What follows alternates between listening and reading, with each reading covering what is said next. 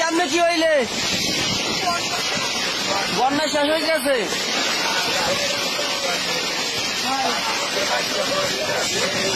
ভাঙ্গে পড়ে গেছে টোটালি